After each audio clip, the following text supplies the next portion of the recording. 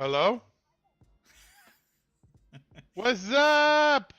All right, we're live, or at least we should be. It's Tom and George.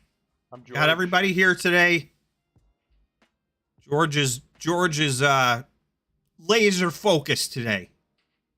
Yeah, I just woke up from a nap. Shh.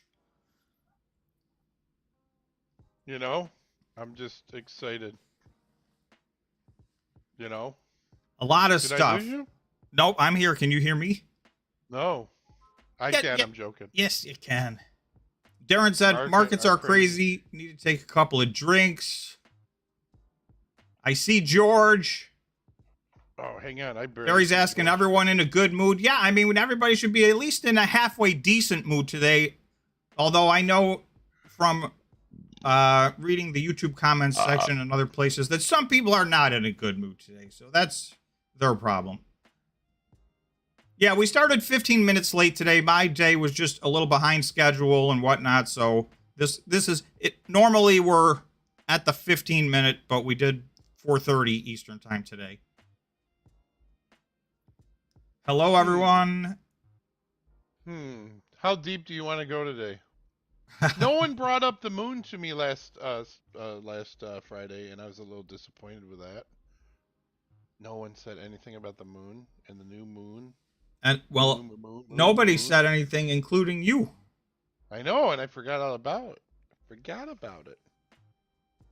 Hello to Martin and Darren and Barry, specific 3 members. Thanks for joining. We started late today. Yeah, that's why. I just literally was just running behind today, and I had just finished a video. I just finished the watch. I am going to post a video when this stream is done. I'm going to make that video live. I just didn't want to post it simultaneously with doing a live stream because that seemed redundant. I feel like 100 miles away. Hey, Tom, Martin, you should do how like are a premiere and watch the video when we're on stream and do it together at the same time. At the end. I might be able to do that. That would be a neat one. I'm gonna try to. I'll try to make that happen. The technology's gotten a little bit away from me. Is that better with the sound? Sound check for George.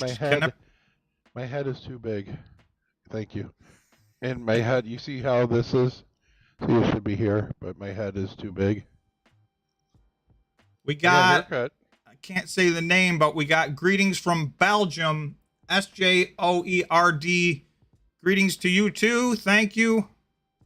That's a great one, Barry. I want. What are they called? What was the room where it's all tinfoiled?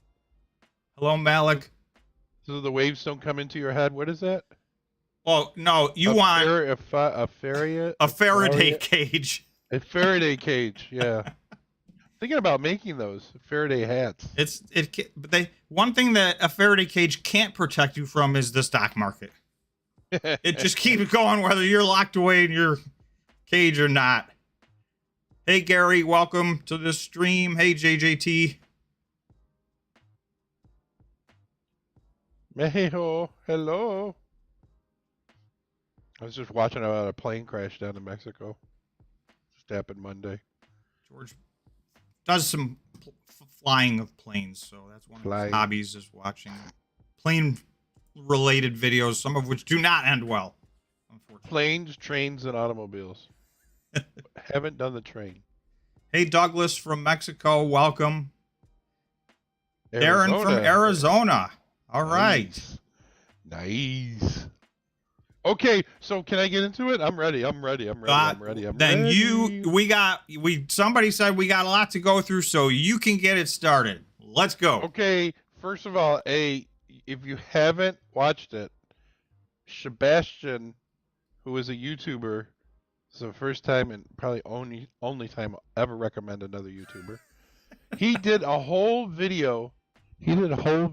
About his mining experience and how they just went out of business. A great video. I highly recommend you watch it.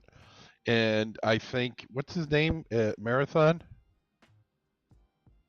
I'm still getting word that your microphone's a little bit low. I don't know if there's anything you can do. Yeah, it's better now. If I hold it like this, it's okay. What is it? What's that guy's name at Marathon?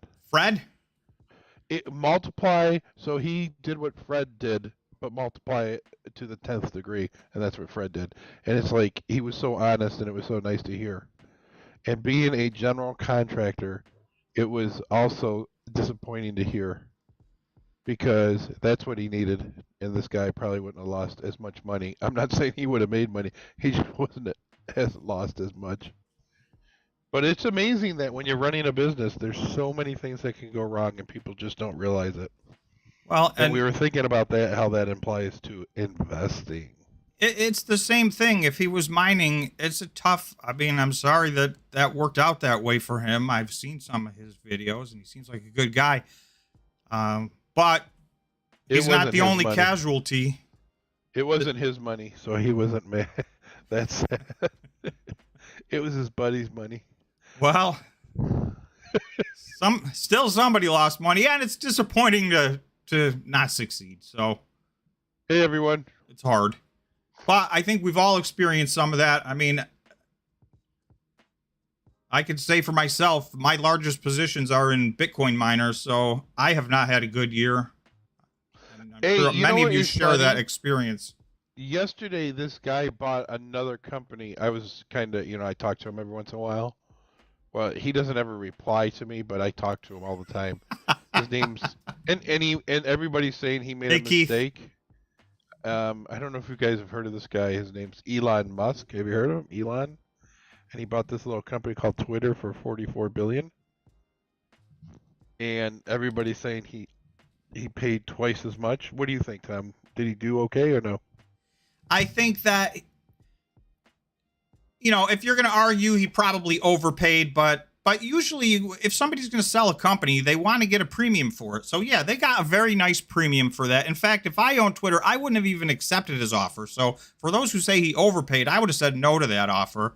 But most people agree, I think, that he overpaid a little, but he's not worried about that.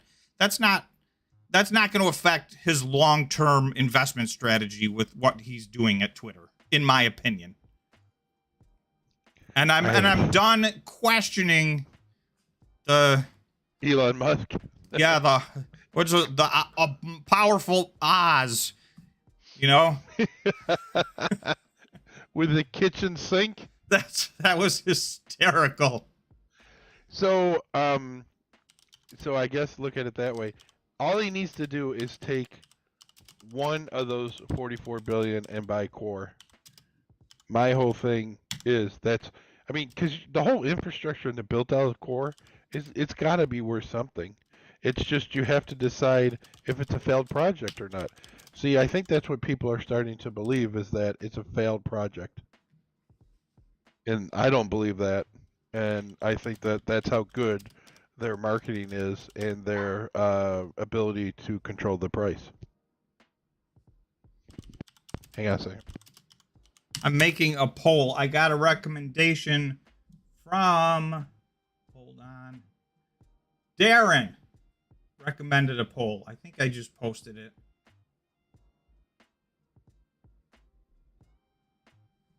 If there's a misspelling in there. No, I think that's okay. Yeah. All right. So vote if you want. What's going to happen to Core Scientific? Obviously, we're definitely going to have a Core Scientific conversation today. That was by far the big news of the week in the Bitcoin mining sector. And really, it was the big news, might be one of the biggest news really of all time. And this is the video that I put out tonight. So I'm going to release a video immediately after this. And then I'm going to do a bunch of videos this weekend because this is really important. Everybody is freaking out that all these companies are going to go out of business. And, like we've all been talking about, you know what? Some of them might not make it to the finish line, but I'm trying to go through the information and just pull out red flags. So I'm doing some deep dives. And in the video that I'm going to release after today's live stream, I go through everybody's debt and their debt to equity. And I do a deep dive on that. And there's some good news in there. There's some bad news in there, but there's a lot of stuff we got to look at. That's just one piece of the puzzle. So I'll be putting a lot of those out this weekend. And that's the thing. Everybody's got the biggest thing, I think, a lot of you that are here on the stream and have been with us for a long time, you're more seasoned investors and you have patience and understand that, there's risk inherent in this. But there's a lot of people that, unfortunately, I think they may be losing money they can't afford to lose. And, they're... Tom, any money I lose, I can't afford to lose, just so you know. Well, Any freaking penny. It's always best to think of it that way, but I'm talking quite literally. You could still feed your family and all those good things that we have to do. Hey, Colton. I think they, I don't think they close completely, but I think it's going to be a rocky road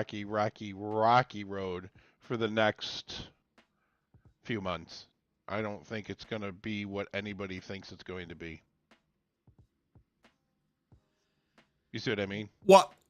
I think they're going to bankruptcy. I think there'll be some restructuring. I think they'll get rid of some stuff. And I think they'll end up selling, probably, 300-ish million. There's a lot of possibilities. That's one of the things I wanted to try to get out to people. I mean, obviously the stock has gotten taken out as it should have. They are in a desperate situation right now, but hang on a second. Hang on. Martin, what about George? Tom warned us many times about CORZ. I went out weeks ago. I did find, George, and I so found did I want you to know, George, I did look it up and find the clip on last Friday's thing. Somebody said, and this is the conversation we had, somebody said, you know what, I'm just going to buy a little bit of everything. And, some of them may fail, but if I own everything, I'm going to catch the winners. And you jumped in and said, there's just one that I'm worried about, and it's CORZ Scientific. Yeah. So George did say that on the live stream last Friday. I put out a video 4 or 5 days ago with a big warning on CORZ Scientific as well. But I will tell you, I opened a position, and I got a lot of hate on that. But it's like, this is how you do this. And this is why you dollar cost average in. So everything we've always talked about, this is the rule. I opened with a very small position and immediately got burned. But you know what? That's why I didn't go all in. That's why, I didn't go throw 50 grand in there saying, okay, you know what? They're down to $1. It's time to jump in. So you got to be methodical about this. And so, that's my nature. I'm a very methodical person. So yeah, I jumped in with my first amount of money, and now I'm writing it off. I'm not going to sell it for the pennies on the dollar, and it may come back. But some of these companies, if you look at what Stronghold was able to do with their debt, it is not impossible that they're going to come out of the other end of this. Again, I'm not counting on it. I'm not buying. I'm not adding to my position. But this thing's not over yet. Oh, and you know what? Somebody was, I'll say this with a platitude this way. Somebody was giving somebody some hectic responses because they didn't believe that their videos were making sense, and that he was calling the wrong prediction, and he was 100% wrong. So my theory is this: if you know that somebody's 100% wrong, you follow them and you do the exact opposite of what they tell you to do. Being 100% wrong is just as good as being 100% right. Bingo. Not for the individual, but for everybody else. Yes, I was like, there you go. So this person's going to be wrong. Do the exact opposite of what they tell you to do. My portfolio is down 85. My wife will kill me, LOL. I am very distant. I'm not going to lie. What's mine down, Tom? 60 some percent? 65? Look, I don't talk about money normally on this, but I'm down more than 6 figures. So I feel your pain. It's been a tough year. Yeah. We're down. It's across the board. And the thing is, George and I made different decisions, and I think from his perspective, I feel like his was the right decision, but I also feel like mine was as well. George decided to get out, and he's down 6 figures right now, but it would be significantly more than that had he not jumped out when he did. So that's not my philosophy. I continue to just dollar cost average in and bring my price down on the ones that I have very high level of conviction in. Now, things have gotten so ridiculous. I did talk about on Friday's last stream, like that individual said, you know what? There's now a fire sale. So it's almost worth buying 5, even if 3 of them go out of business. You know, if one of them makes it from these prices, they could 50x or 100x, and you're going to end up ahead. But that's a high risk strategy. So I harp on being careful. I know, I feel like people don't hear, like, these are risky stocks. I know most of you here with us on the stream understand that, but a lot of people just really don't understand the massive risk in these Bitcoin mining stocks in the short term. This is a long-term play. Yeah, we all thought this would be in a different place right now, but, we are where we are. And I will tell you, at the beginning of the week, I did a video Monday morning, and I just said, look, this is going to be a tough week. There's a lot of earnings calls, and they went pretty poorly. My goal was, I said, if we can end the week at least where we started it, then this week was a big win. And we're actually up. Bitcoin's up on the week. The NASDAQ's up on the week. The S&P 500's up on the week. The Dow is up on the week. So with all of the bad news and with the tech stocks getting wrecked, we still made progress this week. So I'm actually feeling pretty good. And this was a green Friday in the Bitcoin miners. Well, I'm going to let Tom say that to you, but I'm going to tell you something. It's not over with. I'm just saying, just remember me, because Kyle is speaking my language. He says, you should do a video about Bitcoin at 10,000, worst case 3.5K. My worst case is like 8,600 is my worst case. I'm not getting back in until Bitcoin goes to 10,000, just so everybody knows. So I might never get back in. So I was reading the comments. Did you just say you're never getting back in? I said I might if it doesn't get down to 10K, I might never. Oh, you're saying if it goes the other way, then you miss the run, and right. Well, I mean, so, and just so you guys know, my whole strategy right now is to stay on the sidelines until the end of the year and get in before the end of the year. And this is why everybody needs to make their own individual investment plan, right? Because that's George's risk tolerance. That's his comfort level. And he's okay if he misses it. He doesn't need to catch this whole run. If he gets it, if it plays out the way he wants, then he'll win big. If he misses it, well, he'll do the next thing. So, that's Here's the thing, guys, and I don't know how my voice is, but hopefully it's better when I do this. It's better than picking my nose. But anyway, here's why I'm not upset with my investment in losing what I've lost, is because it turned me on to something that I believe will be very, very useful, and that's XRP. And I know I shouldn't talk about that because we talk about Bitcoin, but I'm a big XRP guy, and I'm very happy with XRP right now. And all we have to do is settle a lawsuit. XRP has performed extremely well over the last 90 days. So, and everybody, you are on record as being an XRP fan. I didn't see Seth on the stream today, but I know he's with you on that. He's also an XRP person. And it's done well. It's settled off a little, but it's done well in the last 90 days. And Bitcoin has done well in the last, I don't want to say 90 days, in the last 45 days. If you look at today was very interesting. So the orange line is where Bitcoin was when the market closed yesterday, if you're looking at my screen. And that was at about 20,640. This spot right here is where we closed today at 20,611. So we closed within 30, it's exactly 24 hours later, and we were still within $30 of where we were yesterday. That is consistency. Yes, we had a dip. We had a big sell-off because Amazon, people did not like Amazon's report. So Amazon sold off after hours. These two candles right here are starting when the market closed. That's the first half hour after the market closed. So Bitcoin ran right down with that. Then Apple came out and said some good things. People liked what Apple had to say, and things stabilized. And then we ran right back up. We're now above where we were yesterday. So to me, you can't complain. And the market, I'm just going to go to the indexes.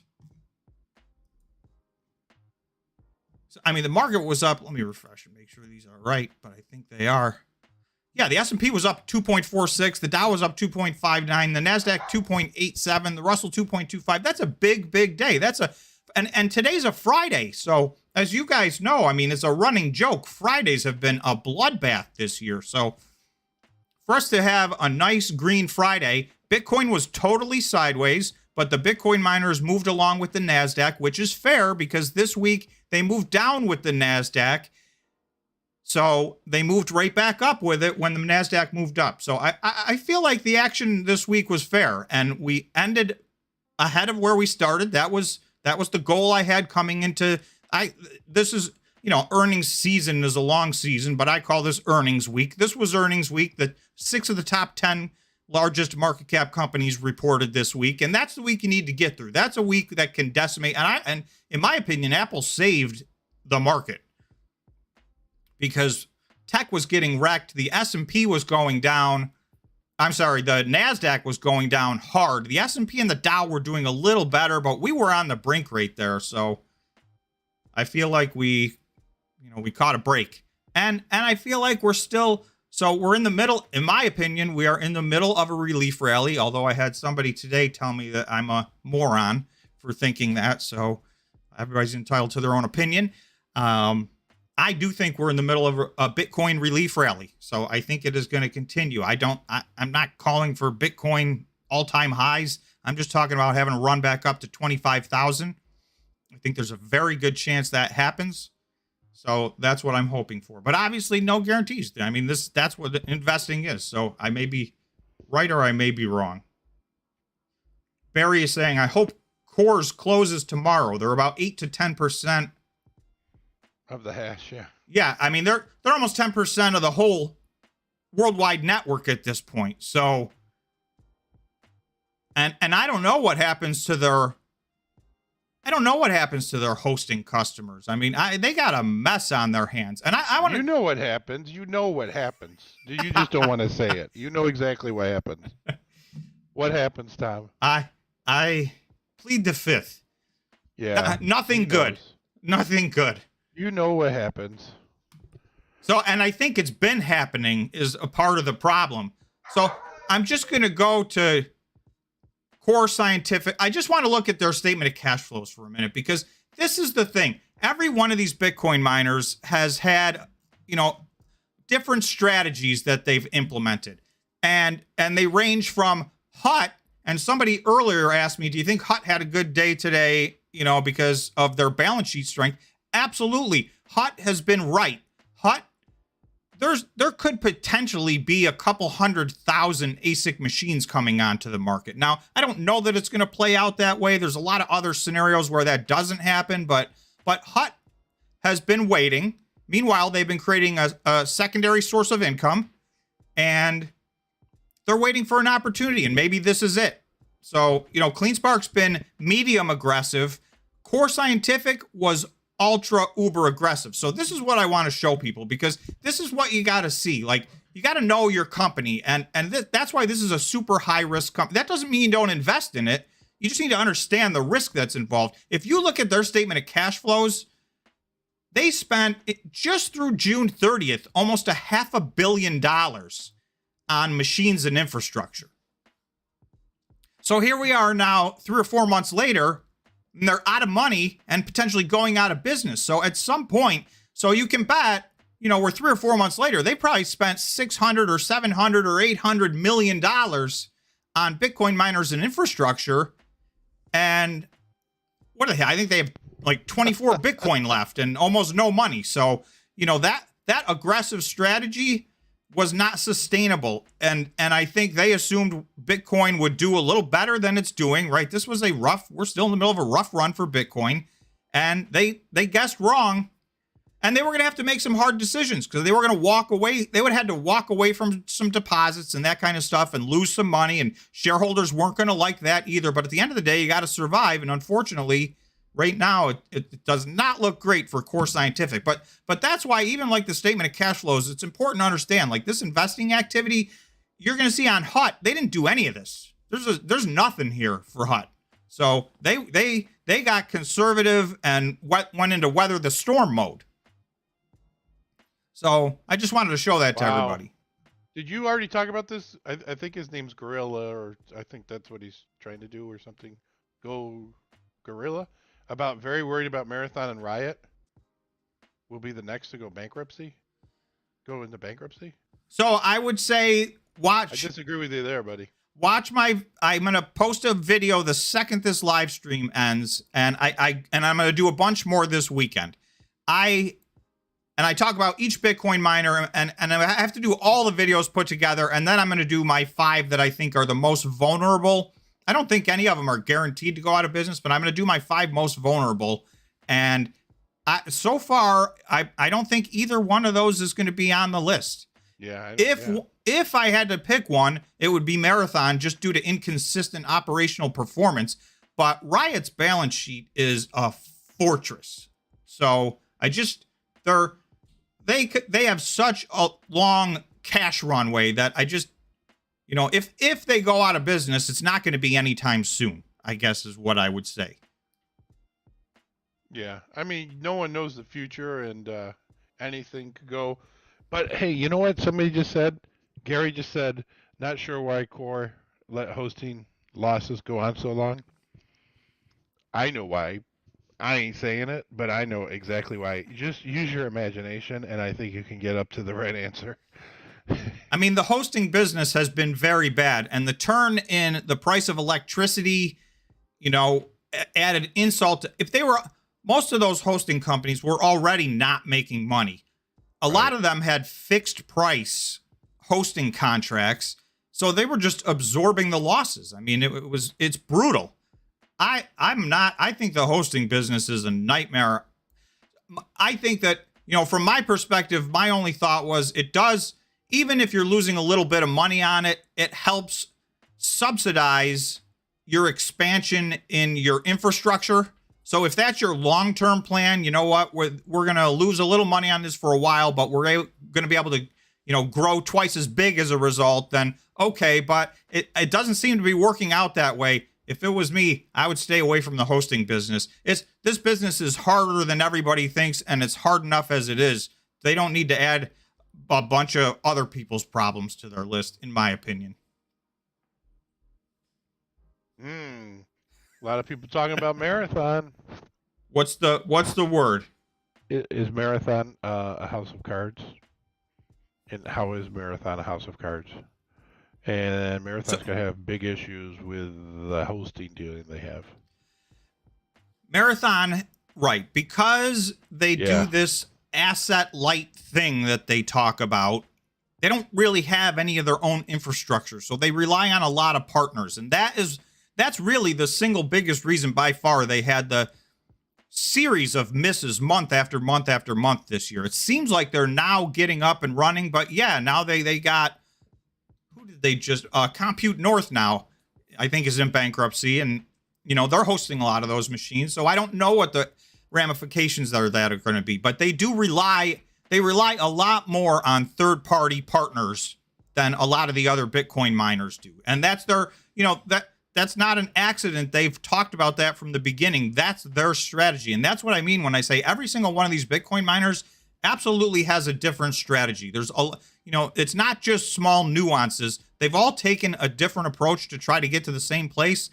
And some people will have guessed wrong. And the thing is, it has to do with a lot of factors. Who knew the price of energy was going to skyrocket? Some of you might say, I knew. Well, maybe you did. I don't know. And who knew Bitcoin was going to go into, a crypto winter or a bear market? So, a lot of people might have thought that. I didn't know that. I mean, who knew that one? This lasted longer than I've expected. It just did. So I can tell you. I mean, Fibonacci. But I've been saying that. I mean, I've been up front all along. I've had to change my position, 7 or 8 months ago. I had to make a major pivot and say, this is moving in the wrong direction. So, I mean, I was very bullish a year ago, and we did not get to where I thought we were going, but I held all my stock. I didn't sell any of my shares, and, I'm down when I'm down, but I think that those companies will survive. I just started to add some super risk on. I'll tell you the two, I added CORZ, and that lasted 1 day. So, and again, it was a tiny position, but I also have been adding Stronghold.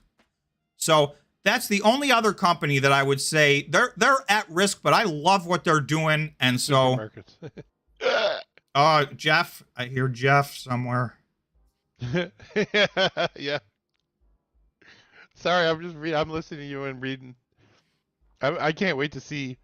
I mean, to see the price of the miners and how cheap they are. It's crazy. But you guys, and here's why I'm still confident in Bitcoin. By the way, I'm still confident in Bitcoin because it doesn't make sense what's happened to Bitcoin. Bitcoin rundown is still right. The rundown. It's still at stored value, hasn't changed. It's just there is a little game going on, and most people watching this we don't like the game, and the game is the game, and you got to have the stomach for it.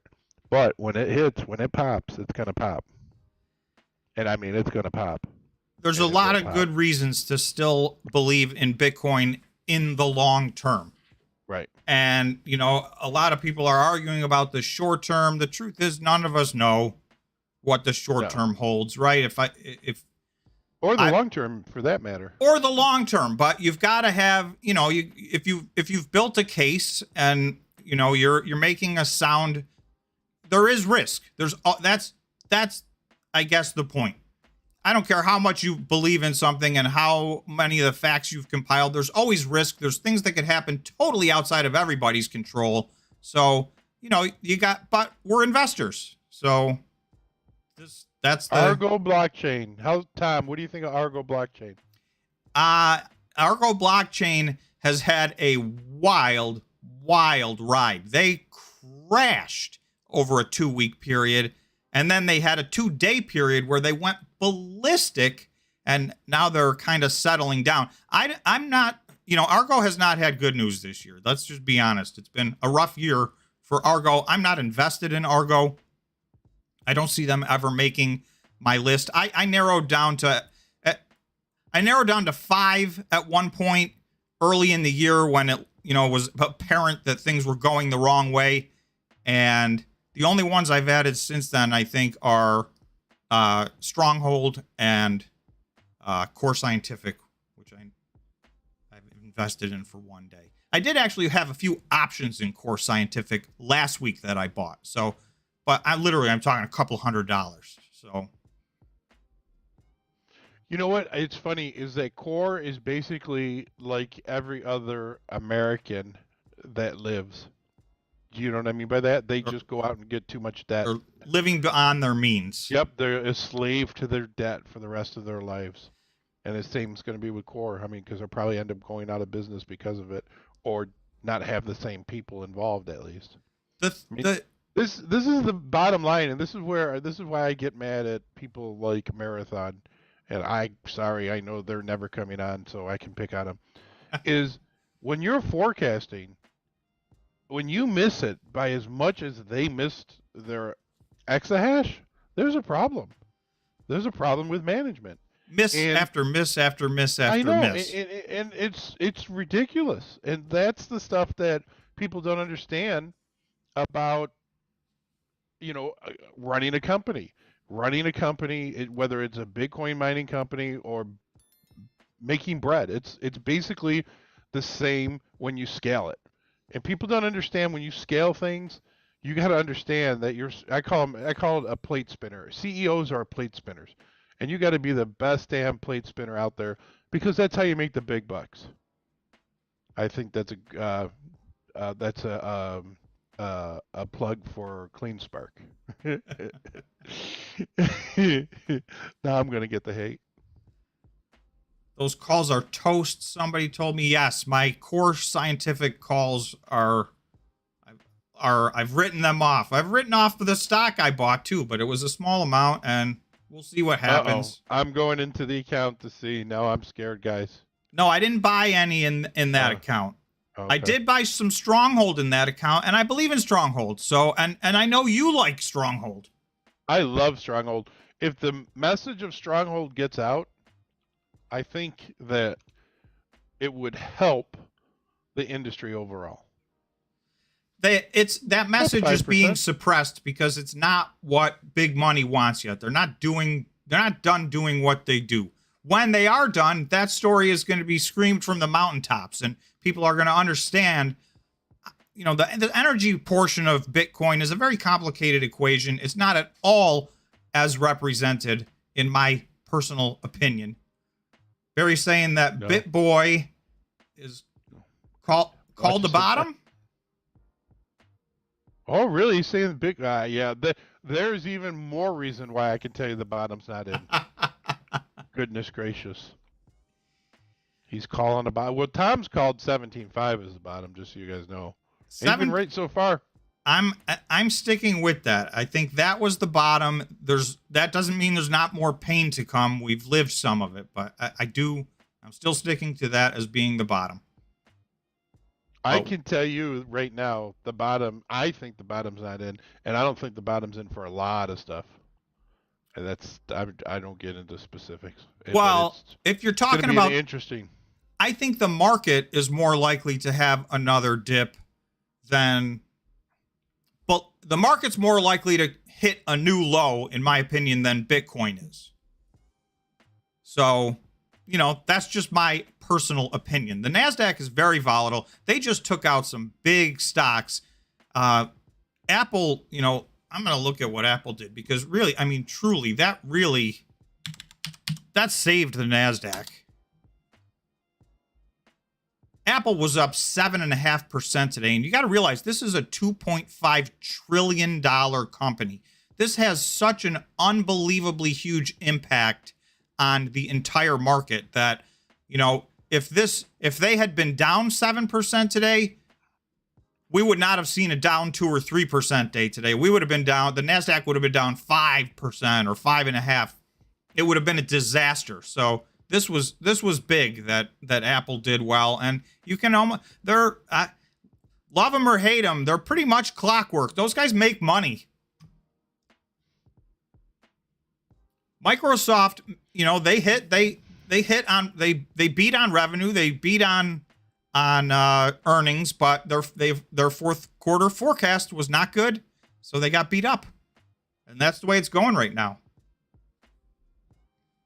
I wonder what filter Steven puts on my my picture, because I look at my Zoom and I look so much better than my picture on. What are you doing to me, Tom? What do you mean? It's like all washy and like you can't see my color or anything. You're talking about right now on this live stream? I look white. I'm not white. You are white. No, I'm not. You're not particularly tan at the moment. You've been tan. Oh my goodness. Is that what it is? Hey, listen. That's low on my list of things. I'm Sorry, I had to lighten up the mood. It was getting too serious. How about PayPal taking $2,500 for misinformation? I don't know what that is. Do you know what that is? Colton, what are you talking about? No, I don't. There's a lot of chats in there today, and I'm sorry I forgot my glasses.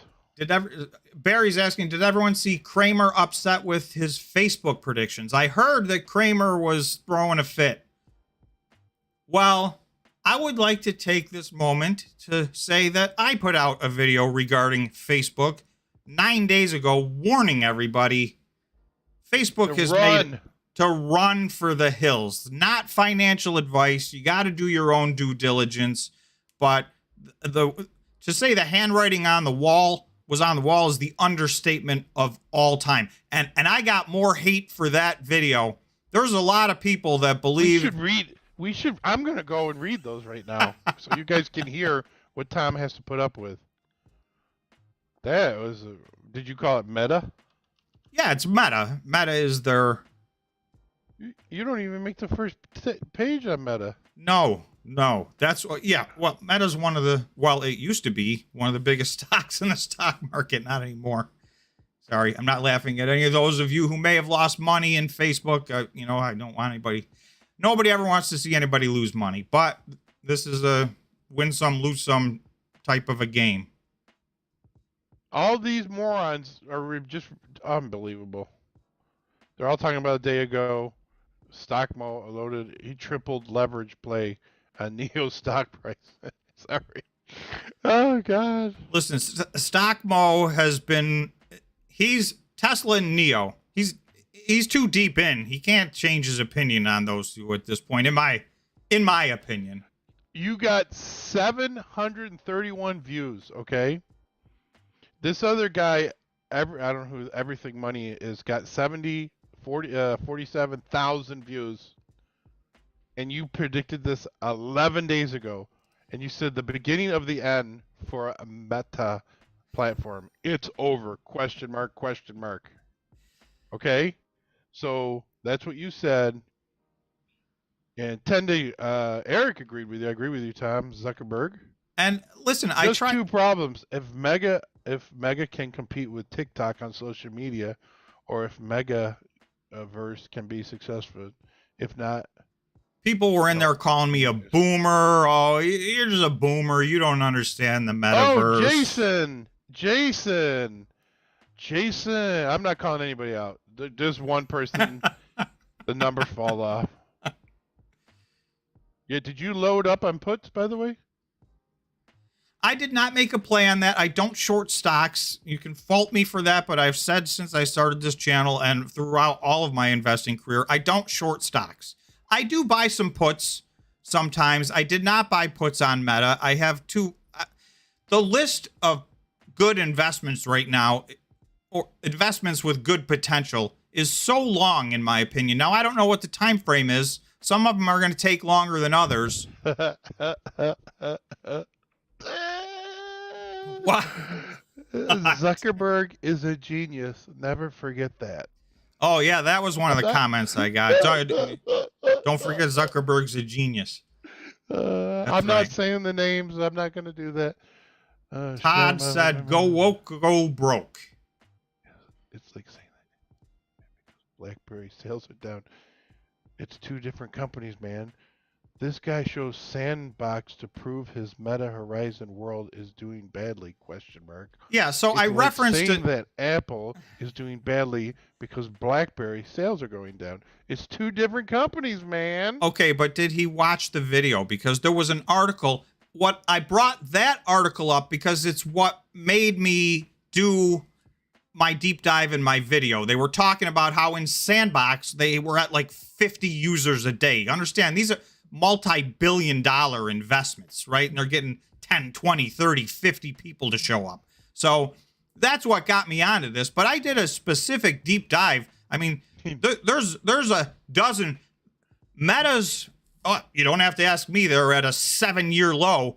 Their metaverse segment of their business is an absolute nothing short of a total train wreck. The entire investment community pretty much agrees on that, which is why their stock has collapsed.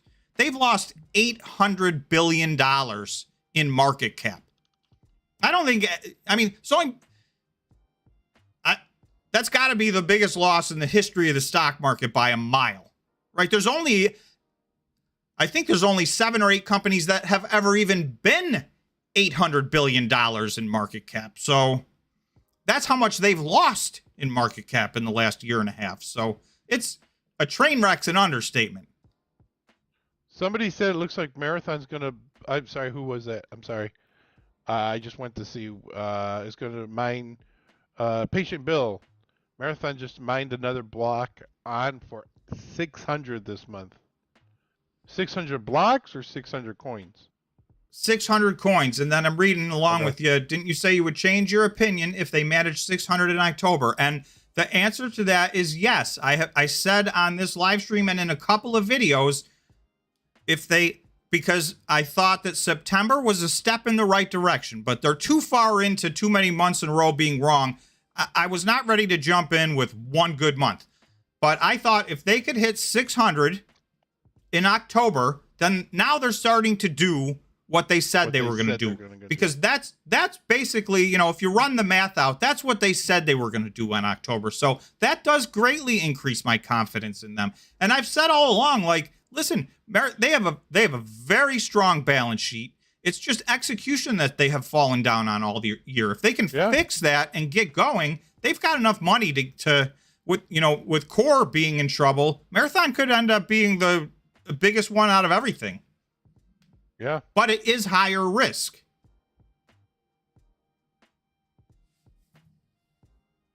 Wow, Ty just said Mara just made 3 blocks in 2 hours. That's a good run. I'm looking at it right now. They got 5 extra blocks this month for some reason. I have to dig into it. So Jeff is saying Bitfarms, the best deal of them all now, in my opinion. When the manipulation ends, preach some on them, Tom. A clue for the upcoming video. Thanks. And that was from Jeff. A clue? If you've watched my channel at all, you know that Bitfarms is one of my bigger positions. At times, it's been my absolute biggest position in my whole portfolio. I just sat down with management from Bitfarms, and I thought had a nice talk with them. You know, you can believe them or not. And again, I go through their balance sheet. To me, it comes with balance sheet, liquidity. Bitfarm is getting so much hate right now. That's some of the most hate that I get. I had somebody put in a comment telling me that, and Gary, I think it might have been you that responded to him. He was like, "You need to stop making these videos." Some kind of speech about how like I shouldn't make any more videos because Bitfarms is a trash garbage stock. And I think it was Gary that answered, like, that's a pretty uninformed comment, sir. So thank you. If that was you, I think it might have been. Anyway, meanwhile, Gary is saying, I am waiting to see if Marathon and Riot have raised efficiency. Both been 30% below top miners every month 2022. That is a huge difference. Absolutely. And particularly with Riot, they have been participating so much in curtailment that they need to show a big jump. I said the same thing about Riot. They better mine 600 Bitcoin in October as well, because there is no more curtailment. So it's on. This is a full month of mining. Now, unfortunately, there was a huge difficulty adjustment up in September and another huge one up in October. So everybody's efficiency is going to be a little bit down, but I will judge them based on their peers. They need to start doing what you just said. They need to start competing with their peers on efficiency level. And the efficiency equation that we all do is basically just number of Bitcoin mined divided by exahash at work. So Jeff saying Cleanspark. Hey, Jeff saying Cleanspark over Bitfarms in my opinion, but both are great. So those are two of my larger positions. I did have somebody comment today that you should not hold both of those, one or the other. Well, I hold both of them, so sorry. I mean, Cleanspark, those two, operationally speaking, I find it hard to believe that anybody would even argue the fact that from an operations standpoint, those two have been far and away. Well, Iris Energy also has been on fire operationally. But so those are your top performers operationally. Now, you got to, obviously, that's only one piece of the puzzle. The financials, the liquidity, all that stuff is critical. The HUT is the future, core is the past? Question mark? I can't, no, there's nobody that can argue with HUT right now. They look like the smartest people in the room right now today. Now, that can always change. You know, if they, same speech George just gave about his investment, if they wait too long and they miss, then, you know, the exahash race is going to be on and they'll be out of it. So they got to play the right balance. So far, they look like geniuses. And I'm hoping that they will start moving in and buying some ASIC miners at this point, because they...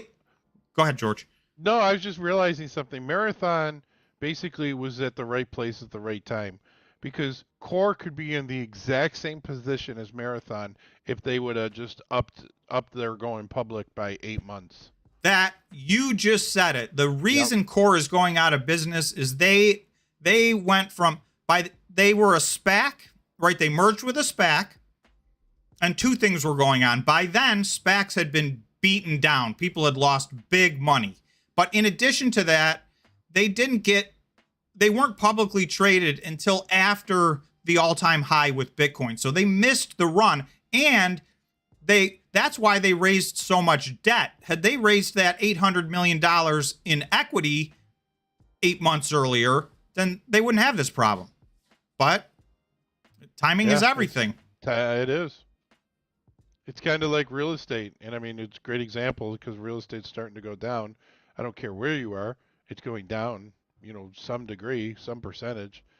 And, just because somebody bought a house a year before or they're a year older, then they get a better deal, they make more money, and they sell it. And then you go and buy that house and you lose money. I mean, it's the same analogy. It's just in the stock market. That's right. And that hurts, but it hurts. And the people I really feel bad for are the people I can't say it. Never mind. Man, I was supposed to buy my ring the bell. George is... I'm not gonna do it. I'm not gonna do it. George is withholding information. I'm not doing it. But you guys know that there's a certain segment of society that's gonna get screwed or scrod. They're gonna get scrod. That's an extremely general statement. Yep. Hey, I'm in that scrod right now, so. Right? Well, losing money. It's no fun. Nobody likes losing money. But, if you haven't sold your stocks. Oh, yeah. And you haven't sold your stocks. You didn't lose any money. Except I had a ton of core. So, no. You did not. You didn't have any core. I have hundreds of thousands of dollars of core. He had I used to be one of the largest holders of core. This is false information. I sold out. I had it in my company's name, BlackRock. Oh, sorry. Whoops. No, you weren't supposed to say that. I want to see if what they had. That's why I'm going to core right now to see who the largest holders were. BlackRock. Of course. Vanguard. Of course. I don't know who 3 is, but I know who 1 and 2 are without looking. No, BlackRock's number 1, State Street. Oh, State Street. Nice. Yeah. And I guess it's Comerica Bank. I think they're trying to do Comerica. CO and then America Bank. I got Michael asking me, do you think Marathon might buy out Compute North? I really feel strongly that nobody is going to buy them out. I don't think it's going to play out that way. In my opinion, they're either, because there's just the debt that they have is a disaster. So that debt needs to be restructured. Either the banks are willing to restructure it with them without them having to go through the bankruptcy process, or the bankruptcy process is going to restructure all that debt and something different is going to come out the other end. In my opinion, it would be a mistake to buy Core Scientific in its current state. There will be a better deal, whether it's through asset liquidations or whatever the case may be. That's just my opinion. The last thing that the last thing Marathon wants to do, they already have $700 million of their own debt. They do not want to go assume another $800 million of debt on top of that, in my opinion. Man, F2 pool, man. They can mine some freaking Bitcoin.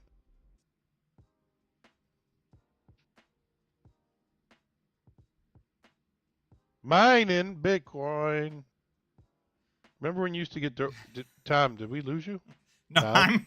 I'm here. Sometimes I got to catch up on the chat for a second. So if I go dark... Weston's saying, I'm glad I only had $200 of core. Yeah, I mean, I didn't have much more than that. It was, I just literally one day too soon. But I'm not going to kick myself because I put a tiny amount in, and that's, that goes right along with my philosophy. So I got to take the wins with the losses. That's just the way it is. I got a margin call. I have a $3,000 margin call, okay? You do?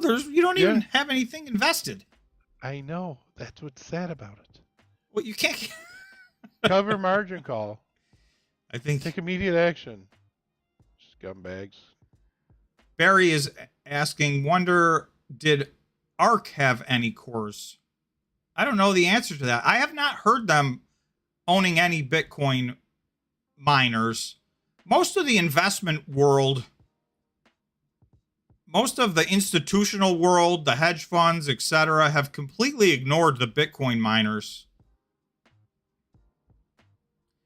Bill's saying that, and they had a ton of debt at 10% plus, whereas Mara got most of theirs for 1%. Yeah, Patient Bill is saying that is critical difference. Marathon's debt is at 1%, and it's not due for years. So, yeah, it's a lot of debt, but they structured it in a way it's convertible debt. They may never have to pay it. So that's that part of their management. Financially, I think they've done extremely well over the last 18 months to position themselves to win. Operationally, I feel like, I don't know if they just didn't have the right people or if it really just was that bad of a luck of running into the wrong partners, but they struggled. But they may be back on track. Previous year, I'm pulling it up. Gorilla is saying, I have 10K in core, big regret. I mean, I'm sorry to hear that. A lot of people are probably in your position, and hopefully you had it spread out also among other miners as well. And that's why I diversify even within a sub-segment. So because I do a lot of Bitcoin mining investment, I try to diversify. So that's why I had narrowed it down to 5 companies, but still spread across 5. If one goes under, then I've only lost 1/5 of my money. So I'm hoping that's the case for you, Gorilla. What's CleanSpark at right now, by the way? $3 and change. They're still under 375, which was their low from this summer. I'm just looking at all I had at 306. I had 13. Oh, never mind. I had a lot at 306. Everybody, don't forget to smash the like button if you would. It helps the channel out a lot. I didn't even like it. Smash the like button.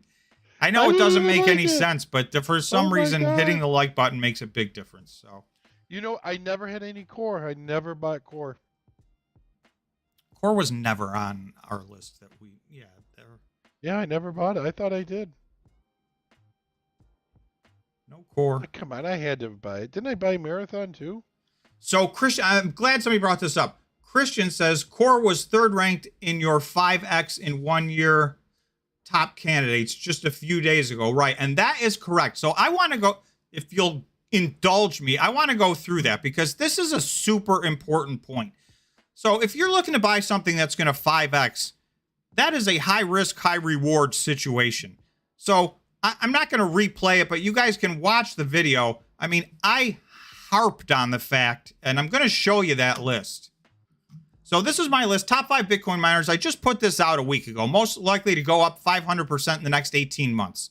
So you're going to see, I have Core Scientific in 3rd place, but you're going to see this right here. This thing says risk. So I started this video out by saying all Bitcoin miners are a high risk investment. I have even separated within the fact that they're all high risk. I've broken them into the low end of high risk, the medium end of high risk, and the high end of high risk. So for me, you'll see on this chart, I thought Core, and I talked about it in the video. I said, this is an ultra high risk play. They are just as likely to go, I literally said, they're just as likely to go to 0 as they are to 5X. Now, I didn't know it was going to be like 5 days later, so I'm definitely surprised about that. But these are dangerous. That's why I have so many different top 5 lists. And if you just look at one and go, oh, boom, that's number 1. Well, that might be number 1 on the 5X list, but it was very nearly last on a list I haven't published and I don't really want to publish, which is most likely to go out of business. So you got to do it. I know. I hate to. It's you got to do it. Salt in the wound to a lot of these companies that are in trouble. But okay, I have to say this just so everybody's got it. On 4/7, I bought Core at $8.50. 18 cents, 3,100 shares. I Ah, added to a position. I had a total of 4,000. back in April. April and June of 29 is when I threw in the towel and I sold it for $1.59. So you did get beat up on I CORZ. got lost, so whatever that is, so 6 times 4 is 24,000. I don't even like looking at that. Isn't that insane? That's a tough one. I mean, that's the rundown. All of these stocks, I could find the chart. Every single Bitcoin miner stock is down between 90 and $25,000. Sorry, negative 25,386,000 is how much? 20. Sorry, go ahead. These stocks are down between 90 and 99%, and most of them are down between 95 and 99% from their 2021 highs. So everybody that's invested in these has a sob story, most likely. Congratulations to anybody who's done swing trading and played this right. I've mitigated some of my losses, but I'm way down. I mean, I'm more of a buy and hold person. I do mess around with options just to try and, for that reason, but by no means did I make up for the amount that I've lost by holding the stock. But I am confident, CleanSpark and Bitfarm I have as medium risk. Those are two of my big holdings. I have a high level of confidence in those two. So, but they're still very high risk investments. You just got to understand that going in. You can't invest in a Bitcoin miner and avoid the risk. It's there. Right? We don't know just strictly Bitcoin. If Bitcoin goes down, some of these guys are going to run out of cash. But watch my video after this. I am going to post that video that's done and waiting. I just didn't want to post it simultaneously with doing a live stream. And it's my first of a series of videos where I don't want to go through and just say these 5 companies are going to fail, but I want to show you all the things that I'm looking at that give some red flags as to, hey, maybe there's a big problem here. And if you see a red flag, then you can dig deeper and try and get to the bottom of it. Sometimes a red flag is, you can mitigate it with other circumstances and go, okay, well, that indicator was awful, but for this, and this reason, it's okay. Other times you'll find that, it just keeps getting worse. And obviously that was the case with Core Scientific. They were less liquid than I realized. It was permits, 3 months. See, permits. It's all greasing. It's all some grease. What's this $250,000 miscellaneous? Got to get it done. Grease. I hope you guys know what I'm saying. Grease. Did anybody There's ever $100 watch? in my hand. Did anybody watch a movie called Back to School with Rodney Dangerfield? Where are you gonna build this thing? Never Land? This is going back to the 80s, folks. Chart and slow down and rest a bit. Dude, I am always... Tom's the one that's like fast, Michael. I'm always slowing down. 305 currently average underwater, honey. Oof. So Steve is saying I have 5K in CORZ. A little sad, but no regrets. I mean, that's all you... Obviously, listen, if nobody's happy when one of their investments tanks, but, hopefully that for Steve, that was a piece of his overall plan and a risk that he factored in, and it's still awful. I don't care. You feel bad that day. You do. I mean, nobody wants to lose $5,000 or $10,000 like the other person. And I'm sure there were, a lot of people.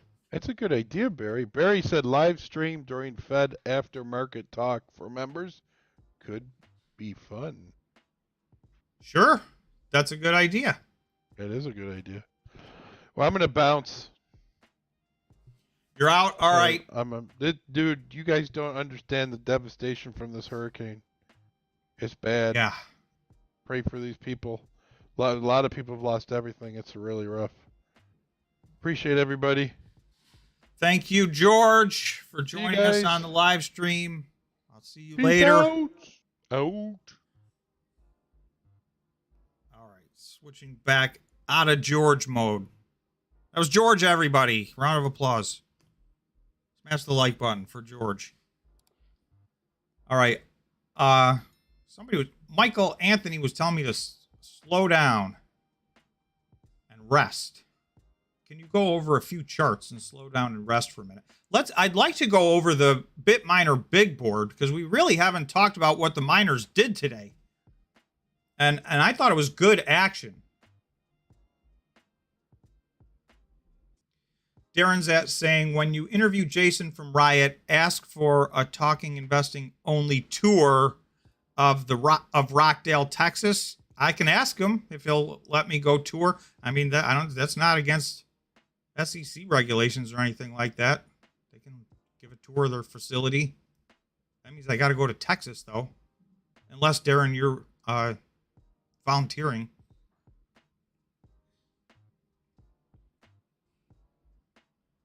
I'm just catching up on the chat. Okay. Live stream during Fed after the market, or is that Wednesday? Yeah, the Fed is November 2nd. So that is...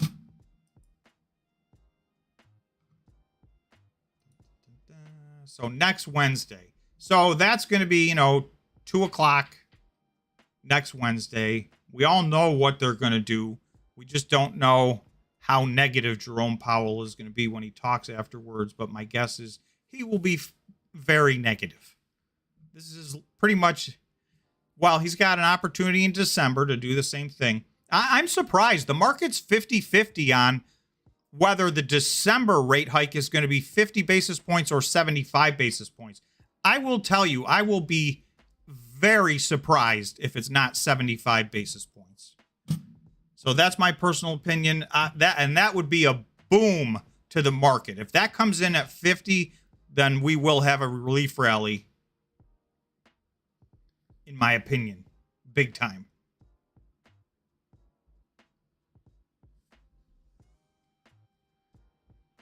Patient Bill is saying there are skeletons in the CleanSpark closet. I don't know what that means. I can neither confirm nor deny that. I just look at their operational reports, and I did meet, I've talked to those guys on the channel several times, and I met up with them at the conference, and I don't know, who knows? You never know somebody. They seem like good people to me, but I don't know what's going on behind the scenes, but I know operationally, they're killing it operationally. I mean, hey, Peter, welcome.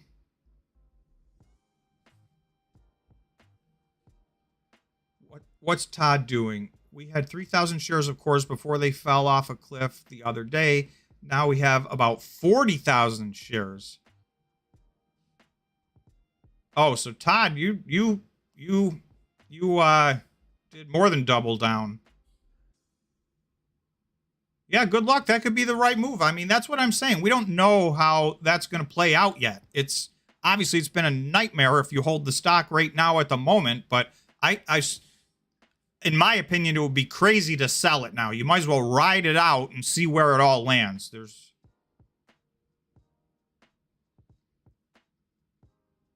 What do you think about Bitfarms 14th of November? I think that's their earnings date, and that is going to be a big earnings release for me, and it has nothing to do with whether or not they made money. I need to get a look at their September 30th balance sheet and income statement and statement of cash flows, because I have a sense of where they are, but I'd like to see it on paper, and specifically, I'd like to see them address. So the thing is, Bitfarms has enough money that if they had to, they could just pay off all of their debt, their short-term debt, their long-term debt. They would have to liquidate all their Bitcoin. That is not a good scenario. They've already massively liquidated Bitcoin. So I would like to see if they're able. There was a line of credit. It was $100 million. They paid it down, I think, to $28 million last time I saw. I'd like to see them address that. Do they have some refinancing in the works for that? I'd like to see them get a loan against their equipment to replace that short-term line of credit and make that thing go away. So that's something in specific that I'm looking for on that call. Everybody knows all these calls, none of the Bitcoin miners made money. It was a tough quarter. We'll definitely all be looking to see what the cost per coin was. So, and compare that quarter over quarter. So that, they're in that quarter, 99% of their mining was hydro, and they said their costs did not go up. So they should still be at a very good cost per coin from an energy standpoint. So those are the things I'll be looking for. And I do think they'll get a bump off of that. But I do think they need to let everybody know exactly what's going on with the remainder of that line of credit, because what I don't want them to have to do is sell their Bitcoin to pay that down to zero. But if that's what ends up happening, then that's what happens. But to me, if there's another way to do it, I would like them to get it done.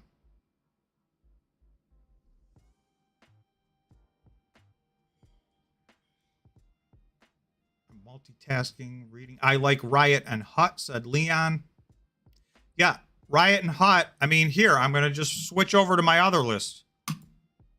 Top 5 Bitcoin miners most likely to survive a crypto winter. So this is what I'm saying. There's dozens of these lists, and they all have different parameters. So to me, you just said you like Riot and Hut. Well, that's my number 1 and number 2 on most likely to survive a crypto winter. So those are, and obviously I'm invested in those. And yeah, those are very strong companies financially speaking. Riot's long-term debt, zero. I mean, they're a big company. They have no debt. Hut's is $19 million, which is very small. So their book value is $509 million, and their debt's $19 million. I mean, that's a good ratio. And they've got a lot of other good ratios. They're a very strong company. Bill Patient is saying, I kind of hope Riot merge with Mara. I don't know. I know there's speculation about, mergers and acquisitions. I just don't know that can happen. I don't know what the right deal is to make that happen. But I mean, that would be a dominant company. That would by far and away be the biggest Bitcoin mining company if they were to merge. But I think they both have a solid plan on their own if they can execute it. Darren is saying, I'm thinking Riot, CleanSpark, and Hut are bidding for a couple of CORZ locations. Probably 2 will be sold to get them out of trouble. I mean, this is what Mawson just did, right? They sold their thing in Atlanta to CleanSpark. Now, CleanSpark already has a huge presence in Atlanta. So for them, it made great sense to buy that and add that to the mix. And for Mawson, they were out of money. They desperately needed the money, so they did what they had to do. That was not their first choice, I assure you, but it did solve a lot of their problem, and that was a going out of business type problem. They were down to it, so in my opinion, that was a win-win deal for both companies. So you could see Core Scientific do something similar, sell off enough of their assets to get back cash flow positive and be liquid enough to get to the other side of this. That's what I'm saying. There's scenarios. This is not just automatically up, they're bankrupt, everybody lost all their money. The market's priced it in by and large that way, but we'll see. That's both Stronghold and Mawson, which is stock ticker MIGI, have turned their businesses around. They've managed to massively restructure their businesses in the middle of this very difficult period. So there's always that possibility. It's a little bit late right now. Core probably, maybe should have done something before they were down to 24 Bitcoin and no money. Looking forward to the comparison videos this weekend. Appreciate it. Still on the fence about just selling all the miner stocks and buying Bitcoin instead. That was from Gorilla. So yeah, we've talked about that. I mean, it just depends on your risk tolerance. There's less risk with holding Bitcoin directly than there is with the Bitcoin miners. And we just learned that specifically with Core Scientific.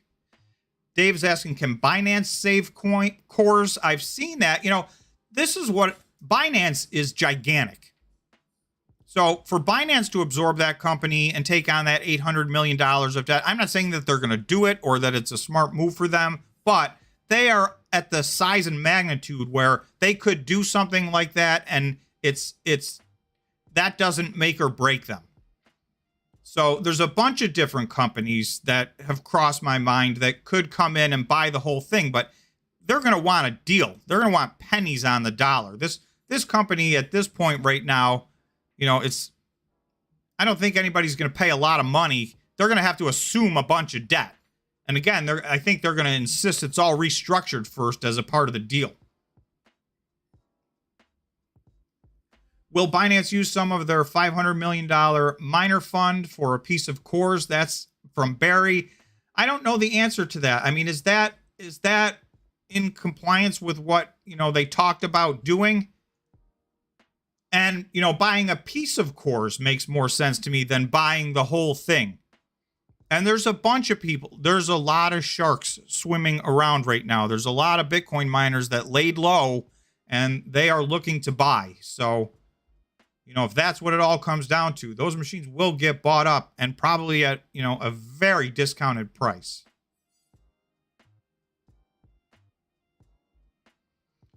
Bitfarms only owes $12 million on their $175 million worth of rigs with MicroBT.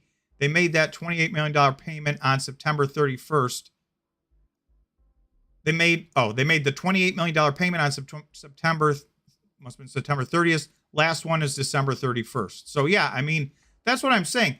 Bitfarms' balance sheet is very healthy.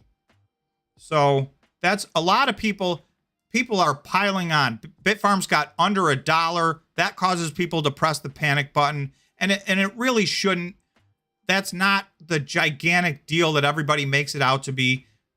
Crossing over, and obviously you don't want a stock to be under $1. I mean, a lot of it, I started buying, well, let's not say I started, but I added to my Bitfarms positions at times where they were $5 or $6 or $7. So I'm not happy that they're at $1, but I'm not panicking. And I asked that question, are you guys thinking about doing a reverse stock split? And he said no, it hasn't even come up. Now, maybe that was just an obligatory answer, and who knows? But I don't think they will be doing a reverse stock split. And I think, like Jeff is saying, they have a healthy balance sheet for the most part. So that's why I'm not as worried about them. If you look at the signs for core, that was the high, and that's why I have Bitfarms as a medium level risk miner and Core Scientific as a high level risk miner. And whereas Hut and Riot I have as low. Now remember, I still say they're all high risk. I'm just saying compared to their peers, those are the lower risk investments in my opinion. When would I consider buying Mara? Asked Wisdom Bites. My problem is I feel like I missed my window of opportunity. Mara was at $5. So it's hard, you know, and they still may go to $100 and all that stuff. So I'm not saying there's not massive upside left, but I do, maybe it's just psychological. I have a hard time buying in at $15 when they were at $5, and I don't think they're ever going back to $5. I think they've turned the corner. I'm not saying it's, you know, straight up from here, but it does seem like they've gotten themselves in a better place, and I can't fathom them getting back to anywhere near $5 a share. Or really even 10, I think would be being a buying opportunity from my perspective. I'm not sure that I would buy in, but that's a number I would need it to get to consider it, but I'm not sure it's ever going to get back down there again.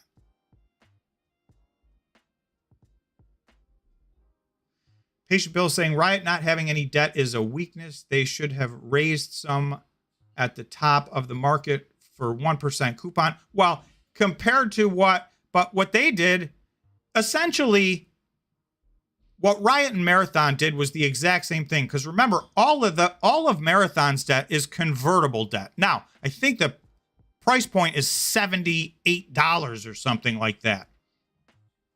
But by 2026, that's probably going to be a bargain. So effectively, Marathon and Riot, in my opinion, did basically the same thing or something very similar.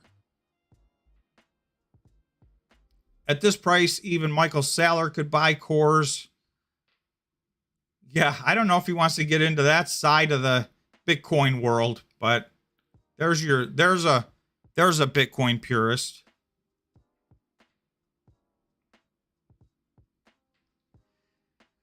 Dr. Phils says CORZ have brought in a new director to restructure. It looks to me like they see a way out. So yeah, that's what I'm saying. Like I would never, and I have an insignificant amount of shares, but I would not sell my shares at this point. To me, the risk reward now has shifted way more potential reward than risk. We've just absorbed almost all the risk. So Kirby saying, in fairness, you did say CORZ was high risk all along. Thank you, Kirby238. Yeah, I mean, I try to stress that and even differentiate. All these are high risk. And, you know, even within the high risk group, CORZ was among the highest risk investments. But that doesn't mean it's not worth investing in. It just has to be, you know, everybody has an entire portfolio, and it's got to work with inside of your strategy of your entire portfolio. Some risk is acceptable. It's just, what is your risk tolerance? Peter said, Bitcoin goes to 13K. Mara is back to $5. Just a guess. All miners would drop dramatically, and I would buy a bunch more.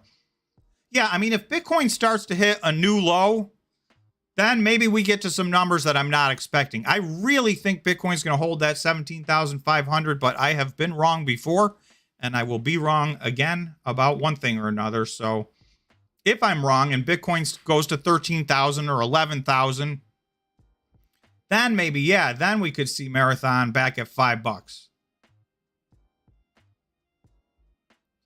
Barry at Kirby, Tom would get more credit if he hadn't bought it the day before the crash, but he did have the integrity to tell us about it afterwards. Yeah, I mean, it was a risk. I knew it was a risk. I talked on the channel, you know, last Friday we talked about it, that it's a risk. And again, when I buy in, and I've talked about this on my videos a lot as well. My rate at which I'm buying in, my dollar cost averaging rate at which I buy in, I've cut in half. So even when I open a position, it's only half the position that I used to open or add to as I'm doing it, just because this is stretching out for so long. So I'm trying in every way to mitigate my risk, but I am willing to take some risks. And, you know, Core Scientific, I feel fortunate. I did get in the day before it crashed. But I'm glad I didn't get in a month or 2 months before, because by then I probably would have dollar cost averaged in a few more times by now and lost a bunch more money. So I'm gonna glasses half full this one. But obviously, you know, nobody's giving me a pat on the back for buying in the day before they crash. That was not a good purchase. Patient Bill said there is no core to save. Companies would rather just buy the data centers and rigs. Yeah, I mean, if Core can't get themselves out of their own trouble, then I do agree. I think they're going to be sold off in bits and pieces. I don't think someone's going to come in and buy the company if they can't restructure and survive on their own. There's no reason for somebody to pick up all that baggage and take it with them. Just do an asset purchase, and that's a much more likely scenario, I think.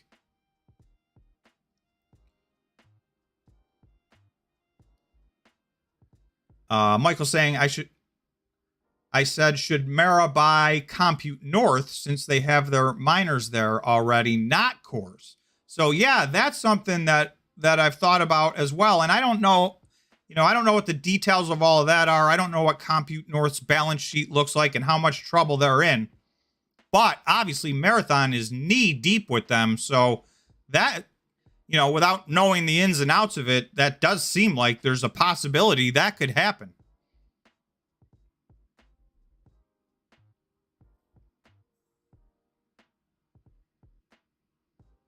Let's see. Patient Bill said, when Bitfarms dumped the Bitcoin they bought only 6 months earlier for half the price, that was the time to exit Bitfarms. So that's a great thing to bring up, because this goes to calculated risk. So every one of these companies has a different risk tolerance. CORZ risk tolerance was ultra high. You know, they spent over $500 million on infrastructure until they literally spent their last dollar, and now they're looking at going out of business. So, you know, that is something you can question as to whether or not it was a good decision. You can also question whether or not, and in hindsight, which is 2020, obviously it was an awful decision to buy. I think they bought that at $30,000 or $40,000 a coin, and then they had to sell it at the low near 20. And I'm talking about Bitfarms now. So that did not work out in their favor at all. However, they had done the math prior to that. Their balance sheet was more than strong enough to absorb that. Now, it's a big setback, so they should get a hit on their stock price. They should, right? Their stock should go down. They're less valuable.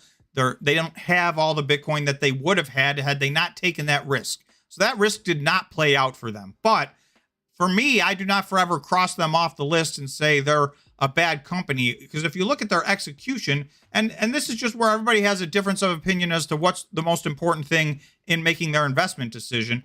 I like almost everything else that management has done. I think they have a super solid growth plan. Like I said, even the risk they took, which, you know, maybe they should not have taken that risk. Clearly, in hindsight, they should not have taken that risk. It was a disaster for them. But it was not a disaster that was an existential risk for them. They had the money to get through that. But it is a big setback. And it's a setback to the extent that, you know, they had to lower their exahash goal from 8 at the end of this year down to 6 at the end of this year. So, you know, there's a lot of other ramifications. So I agree, you know, that was a tough blow. But I still have confidence in Bitfarms. But I understand people that don't. I mean, there's a lot of people that are going to look at that and go, that was just really bad move, and I can't get over it. Barry's saying Celsius owes Core a few million. They do owe a few $1 million, but I think their problem is on a magnitude so much larger than that. I'm not sure it really makes a difference.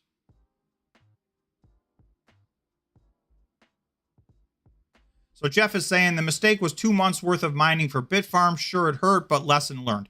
I mean, that's how I'm looking at it. So I understand everybody has a different perspective on it. That's how I feel about it. It was a very brutal lesson to learn. They took a risk. It did not pay off, but, you know, life is a series of risks. Let's see. Sourmelon Gaming. I may be the odd man out here, but I think CORZ is going to survive this. Management has had to have known this for months. This was going to happen, and I'm sure they've been eyeing options that aren't bankruptcy. So they're probably that, you know, I don't know if they're going to make it or not, but Sourmelon Gaming, I think you're right. They have most likely been talking to all of their creditors about restructuring, because you got to remember, the people that are due this $800 million, they don't want Core Scientific to go out of business, because then they're definitely not getting their $800 million back. So if there is a restructuring that they can do, they may do it. I mean, we saw in the case of Stronghold, and this shocked me, in the case of Stronghold, their creditor actually took the machines back in exchange for relief of the debt that was owed.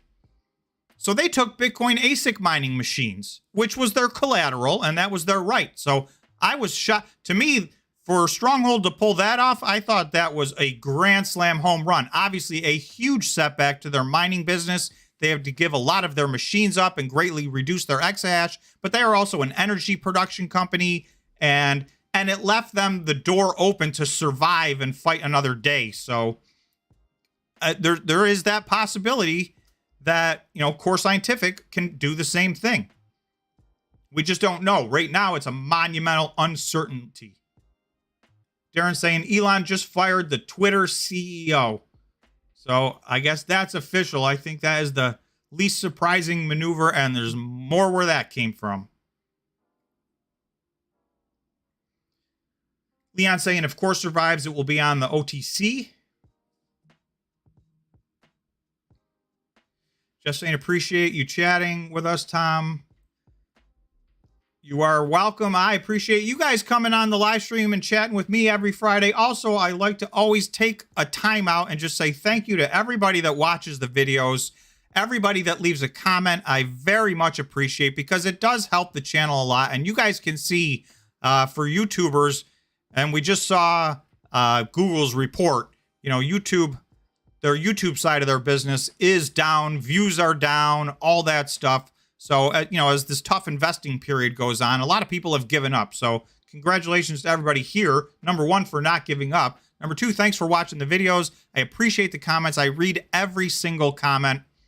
I have tried to respond to every single comment. I'm falling a little bit behind, but I do read 100% of the comments. And I appreciate the help it does in the algorithm, which seems ridiculous, but it is true.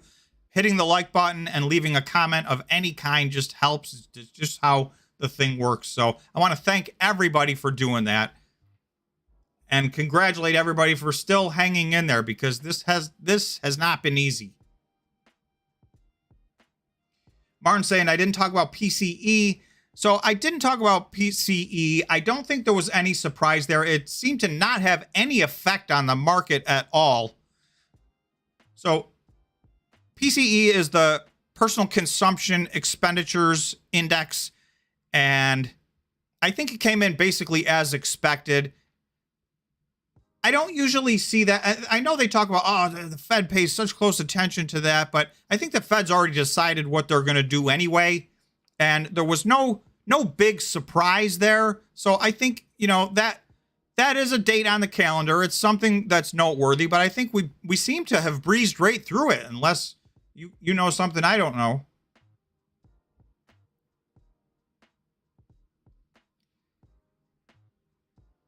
Michael is saying, loved that movie, but I don't know what he's responding to.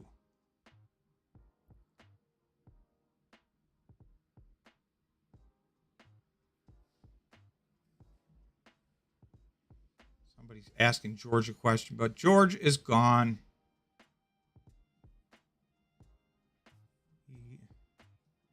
He left and went with his family. It's Friday night, so he spends time with his family, and he's got some company in town.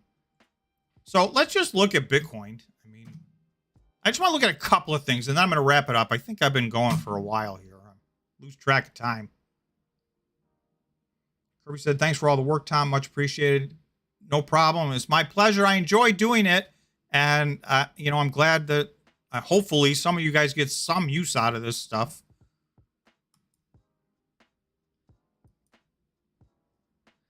So I'm just going to the 15-minute. And you can see, I mean, we're right. This is where we closed. We're within $5 of where we closed at the end of the day. So Bitcoin, I'm going to say, to sum up this week, I feel like Bitcoin did very well. I feel like the market did very well. The market's up on the week, in a week where 3 of the top 4 biggest market cap companies had negative earnings results. The market still ended up to have an up week on the week. So that's very resilient. And it is also an indicator. These are the type of signals I look for to see if a bottom is in. So it's no guarantee. World events could change that, but we're starting to see things like this happen that are indicating, you know, maybe the bottom is in, which does not mean we segue instantaneously to a bull market and go to the moon, but we've been bouncing along the bottom for a while now, and I'm still feeling the relief rally coming on. So I'm sticking to that story.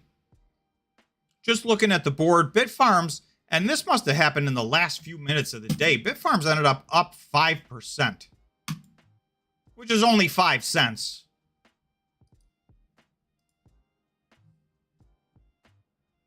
So I guess they jumped. Yeah, it was earlier than I thought. Hut was up 11%, so they were, Hut and Stronghold were both up over 11%. They were the big winners on the day, and DigiHost. So Hut was up 11.3. Stronghold was up 11.49. DigiHost was up 11.8%. Those were the double digits up. There was only one double digit down, which we can all guess, of course, was Core Scientific, down another 11%. 19 cents. They even got lower than that at one point today. So I don't know where they go from here. And everybody else had a pretty decent day. Argo Blockchain was 0. CleanSpark was very neutral on the day. It a little bit underperformed in my opinion. Marathon was at 1.47. They usually outperform. So, you know, to me, for them to be on the lower side, that's not normal for them over the last 3 months. But again, all in all, a really great day. And this is a Friday. So a green Friday with all things considered this week, I think is an outstanding end to the week. So I hope that everybody enjoys the weekend. Let's enjoy the green day, and let's hope we get, you know, maybe some action on Bitcoin over the weekend. I am making a video live as soon as I turn this, as soon as I end this live stream, I will put my video that I made today. I will post that and have that live so you can check that out. And then I'm going to do a bunch of more videos like that over the weekend. So you can stay tuned if you're interested in it. I'm mostly going to be looking at, you know, where are the weaknesses in some of these companies and which companies should we be worried about. So that's it for me. Thank you guys all so much. Appreciate it very much. I want to thank the members also for joining and being a member. Anybody that's interested can just hit the join button on YouTube and you can become a member.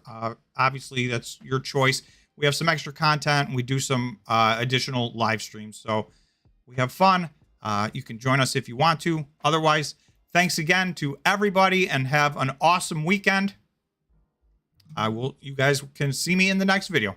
Thank you very much.